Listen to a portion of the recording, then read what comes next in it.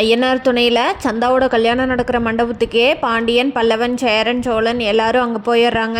அங்கே போனோடனே சந்தாவோட மாப்பிள்ளை இருக்கார் இல்லையா, அவரோட அடியாட்கள் எல்லாம் இவங்க எல்லாரையும் உள்ளே வர விடாமல் அடிச்சிட்ருக்காங்க.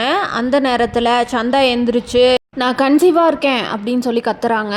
இதை பார்த்தோன்னே சந்தாவோட குடும்பத்தில் இருக்க எல்லாரும் அதிர்ச்சி ஆயிடுறாங்க. நிலாவுக்கு அவங்க பேசுகிற பாஷை புரிஞ்சிருது. நிலாவும் அதிர்ச்சியில் இருக்காங்க. ஆனால் பாண்டியன், சேரன், சோழன், பல்லவன் இவங்க 4 பேர்த்துக்குமே வந்துட்டு எதுவுமே புரியல. எப்படியோ அண்ணி எந்திரிச்சிட்டுன்னு கல்யாணத்தை நிறுத்திட்டாங்க அப்படின்னு சொல்லி ஒரு சந்தோஷத்தில் இருக்கிறாங்க. அப்போ சந்தாவோட அம்மாவும் அப்பாவும் என்ன சந்தா சொல்கிற நீ அப்படின்னு சொல்லி சொல்கிறாங்க. சந்தாவோட அம்மா சந்தா கிட்ட நீ கல்யாணத்தை நிறுத்துறதுக்கு தானே பேட்டி இப்படி சொல்கிற அப்படின்னு சொல்லி சொல்கிறாங்க.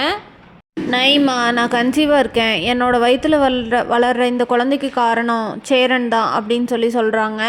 சந்தாவோட அம்மா சந்தாவை என்ன பண்ணி வச்சிருக்க அப்படின்னு சொல்லிட்டு சந்தாவை ஒரு அடி வைக்கிறாங்க. அந்த நேரத்தில் சந்தாவோட அப்பா என்ன சொல்கிறம்மா, ஏன் இப்படி பண்ண அப்படின்னு சொல்லிட்டு ரொம்ப வருத்தப்படுறாரு. சந்தாவை கல்யாணம் பண்ணிக்கிறதா இருந்த மாப்பிள்ளை என்ன நினச்சிட்ருக்க, இதெல்லாம் உண்மையா அப்படின்னு சந்தாவை பார்த்து கேட்குறாரு. மாமா, எனக்கு என்ன தான் உங்களை கல்யாணம் பண்ணி வச்சாலும் நான் அவரோட தான் இருக்கணும்னு நினைக்கிறேன். நான் அவரை தான் லவ் பண்ணுறேன். அவரை லவ் பண்ணிவிட்டு என்னால் உங்களை கல்யாணம் பண்ணிக்க முடியாது மாமா, புரிஞ்சுக்கோங்க தயவு செஞ்சு அப்படின்னு சொல்கிறாங்க சந்தா. இதை கேட்டு அவங்க மாமா ரொம்ப கோவமாக, இப்படி ஒரு பொண்ணை என் மண்டையில் கல்யாணம் பண்ணி வைக்கணும்னு நீங்கள் எல்லாம் நினச்சிட்ருக்கீங்களா அப்படின்னு சந்தாவோட அப்பா அம்மாவை பார்த்து கேள்வி கேட்குறாரு. அந்த மாப்பிள்ளையோட அம்மாவும் அப்பாவும் சந்தாவோட அப்பாவையும் அம்மாவை அவங்க சொந்தக்காரங்களை எல்லாத்தையும் பார்த்து, இதுக்கு தான் உங்கள் பொண்ணு சென்னைக்கு போனாலா, அங்கே ஒரு பையனை லவ் பண்ணுவா, இங்கே நீங்கள் என் பையனுக்கு கல்யாணம் பண்ணி வைப்பீங்க, அடுத்து என்ன பண்ணுவீங்க அப்படின்னு சொல்லி கேட்குறாங்க. இதை கேட்ட சந்தாவோட அப்பா அம்மா அவமானத்தில் தலை குனிஞ்சு நிற்கிறாங்க. இந்த கல்யாணமும் வேண்டாம், ஒன்றும் வேண்டாம் அப்படின்னு சொல்லிட்டு சந்தாவை கல்யாணம் பண்ணிக்க நினைக்கிற அவங்க மாமா வீட்டிலேருந்து அவங்க மாமாவும் அவங்க அம்மா அப்பா அவங்களோட ரிலேட்டிவ்ஸ் எல்லாத்தையும் அங்கேருந்து கிளம்பி போயிடுறாங்க. சந்தா அழுதுகிட்டே நிற்கிறாங்க. சந்தாவோட அப்பா வேகமாக போய் சேரனோட சட்டையை பிடிச்சி, ஏண்டா இப்படி பண்ண, சந்தா சொல்கிறதெல்லாம் உண்மையா அப்படின்னு சொல்லி கேட்குறாங்க. அதுக்கு சேரன் அண்ணா என்ன சொல்கிறதுனே தெரியாமல் அப்படின்னு சந்தாவை திரும்பி பார்க்குறாங்க. சந்தா ஆமான்னு சொல்லுங்கள் அப்படின்னு கண்ணசைக்கிறாங்க. அதை பார்த்த சேரன் அண்ணா ஆமாம் அப்படின்னு சொல்கிறாங்க. சந்தா சொல்கிறது உண்மைதான் அப்படின்னு சொல்லிடுறாரு. சந்தா எதுக்கு ஆமான்னு சொல்லுங்க அப்படின்னு சொல்கிறானே தெரியாமல் ஆமான்னு சொல்லிடுறாரு சேரன் அண்ணா.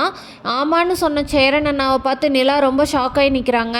எதுவுமே தெரியாத சோழன், பாண்டியன், பல்லவன் இவங்க 3 பேரும் அவங்க அண்ணனோட சட்டையை சந்தாவோட அப்பா பிடிச்சி சண்டை கட்டுறதை பார்த்துட்டு எங்கள் அண்ணன் மேலேயே கை வைக்கிறியான்னு பிடிக்கிறதுக்கு போகிறாங்க. அதுக்கு நிலா இங்கே என்ன நடக்குதுன்னே தெரியாமல் நீங்கள் ஏன் நடுவில் போய் பேசுகிறீங்க, எதாக இருந்தாலும் அண்ணன் பேசட்டும் ஃபஸ்ட்டு அப்படின்னு சொல்கிறாங்க. நிலா, நீ கம்மனரு, நம்ம எதாக இருந்தாலும் நம்ம அண்ணனுக்காக தானே பேசி ஆகணும் அப்படின்னு சொல்கிறாங்க எல்லாரும். அதை கேட்ட நிலா, இங்கே என்ன பேசுகிறாங்கன்னு உங்களுக்கு புரியுதா இல்லையா சோழன், நீங்கள் கொஞ்சம் நேரம் அமைதியாக இருங்க அப்படின்னு சொல்கிறாங்க. அதை கேட்ட சோழன், இங்கே என்ன நடந்தால் நம்மளுக்கு என்ன நிலா, நம்ம தானே அண்ணனுக்கு சப்போர்ட் பண்ணணும், எல்லாம் தெரிஞ்ச நீயே இப்படி அமைதியாருன்னு சொன்னால் எப்படி அப்படின்னு கேட்குறாரு. அதுக்கு நிலா, சோழன் நீங்கள் கொஞ்சம் நேரம் அமைதியாக இருங்க, இந்த கல்யாணத்தை சந்தா கன்சீவாக இருக்கேன்னு சொல்லி நிறுத்தியிருக்காங்க அப்படின்னு சொல்கிறாங்க. இதை கேட்ட சோழன், என்னது கன்சீவாக இருக்காங்களா, நம்ம தான் கல்யாணத்தை நிறுத்திட்டோமே, அதுக்குள்ளே எப்படி கன்சீவ் ஆக முடியும் அப்படின்னு கேட்குறாங்க. பாண்டியனும் பல்லவனும் ஆமாம்ல, நம்ம கல்யாணத்தை நிறுத்திட்டல, அப்புறம் எப்படி கன்சீவ்னு சொல்கிறாங்க. ஐயோ, எல்லாரும் கொஞ்சம் அமைதியாக இருங்க, இதுக்கு காரணமே நம்ம சேரன் அண்ணா தான்னு சந்தா சொல்லியிருக்காங்க அப்படின்னு சொல்கிறாங்க. என்னது நம்ம அண்ணன் காரணமா, பண்ணுறதெல்லாம் பண்ணிட்டு எப்படி திருன்னு முழிக்குது பாரு அப்படின்னு சொல்கிறாங்க.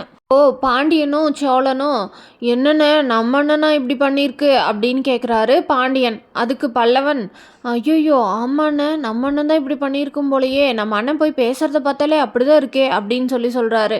இதை கேட்ட சோழன் அப்படின்னு சொல்லிட்டு மயக்கம் போட்டு விழுந்துடுறாரு. சேரன் அனீஷ்கிட்ட போய், அனீஷ் நீ தானே சொன்ன, உன்னோட சம்மதத்தோடு தானே நாங்கள் 2 பேர் லவ் பண்ணோம், நீ எங்கள் 2 பேர்த்தையும் சேர்த்து வைக்கிறேன்னு சொன்னையே, இப்போ மட்டும் ஏன் உங்கள் ஃபேமிலியில் இப்படி நடக்கும்போது நீ எனக்கு இன்ஃபார்ம் பண்ண கூட பண்ணலை, இது வரைக்கும் நடந்தது விடு, எப்படியாச்சும் சந்தாவை நீ எங்கள் கூட அனுப்பிச்சு வை அனீஷ், உனக்கு என்னை பற்றி தெரியுமில்ல, நான் நல்லா பார்த்துக்குவேன் சந்தாவை அப்படின்னு சொல்கிறாரு சேரன் அண்ணா.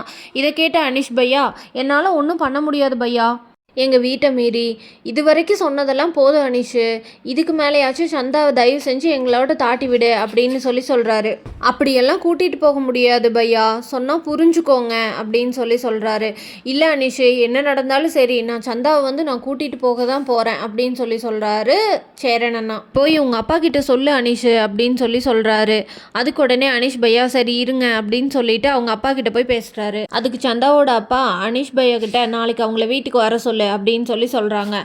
உடனே அனிஷ் பையாவும் இவங்க கிட்ட நாளைக்கு வீட்டுக்கு வாங்க அப்படின்னு சொல்கிறாரு. நாளைக்கு இந்த கல்யாணத்துக்கு சந்தாவோட அப்பா ஓகே சொல்லுவாரா மாட்டாரான்னு தெரிஞ்சுக்க நம்ம சேனலை மறக்காமல் லைக் ஷேர் அண்ட் சப்ஸ்கிரைப் பண்ணிக்கோங்க.